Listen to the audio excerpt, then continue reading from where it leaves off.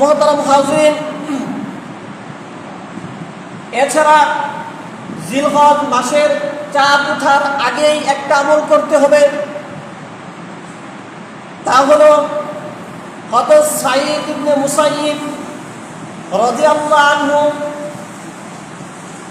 আম্মা জান উম্মে সালামা রাদিয়াল্লাহু আনহা থেকে বর্ণনা করেন যে আন উম্মি সালমাতা তারফাহু ক্বালা ক্বালা রাসূলুল্লাহ قال رسول الله صلى الله عليه وسلم إذا دخل العشر وعنده ضحية يريد أن يضحي فلا يأخذن شعرا ولا يقدمن ظفرا رواه مسلم أو كما قال النبي صلى الله عليه وسلم হযরত সাঈদ ইবনে মুসাইয়িব তিনি নবীজির স্ত্রী উম্মে সালামা রাদিয়াল্লাহু আনহা থেকে বর্ণনা করেন যে নবীজি বলেছেন, যখন জিলহজ মাস শুরু হয়, এই জিলহজ মাস শুরু হওয়ার আগে যেই ব্যক্তি কুরবানির নিয়ত করবে সে যেন তার অবাঞ্ছিত লোম এবং পশমগুলোকে আগেই কেটে নেয়। জিলহজ মাস শুরু হওয়ার পরে কুরবানি করার আগ পর্যন্ত যেন সে সেগুলো আর না কাটে।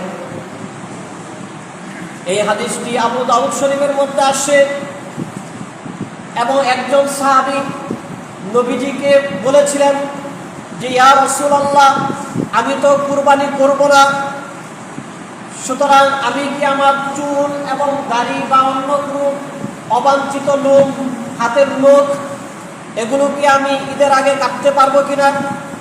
নবীজি সাল্লাল্লাহু আলাইহি ওয়াসাল্লাম বলেছেন, তুমি যদি কুরবানি নাই করো, তোমার যদি কুরবানি করার সামর্থ্য নাই থাকে, তাহলে তুমি যদি জিলহজ মাসের এই প্রথম দশক তোমার শরীরের অবাঞ্ছিত চুল, অবাঞ্ছিত লোম, তুমি তোমার শরীরের নখগুলো যদি না কাটো, এই আমলটা করার দ্বারাও আল্লাহ তোমার আমলনামায় একটা কুরবানির সওয়াব দান করবেন। সুবহানাল্লাহ।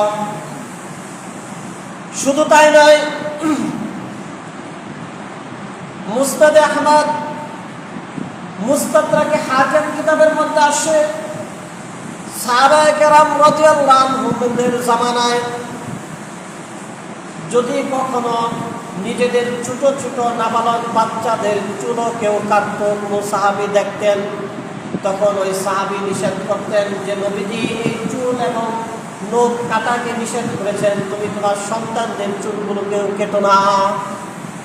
এজন্য মুহতারাম হাজিরিন, আমরা যারা কুরবানি করব, যাদেরকে আল্লাহ সুবহানাহু ওয়া তাআলা কুরবানি করার সক্ষমতা দান করেছেন, আমরাও জিলহজ মাসের চাঁদ ওঠার আগেই চুল, নখ, অবাঞ্ছিত লোম এগুলো কেটে নেব। আমাদের সন্তানরা যারা আছে তাদেরকেও আগেই কেটে দেব, এবং যারা কুরবানি করব না তারাও এমনটা করবো। আল্লাহ সুবহানাহু ওয়া তাআলা আমাদেরকে আমল করার তৌফিক দান করুন। সবাই বলে আমিন।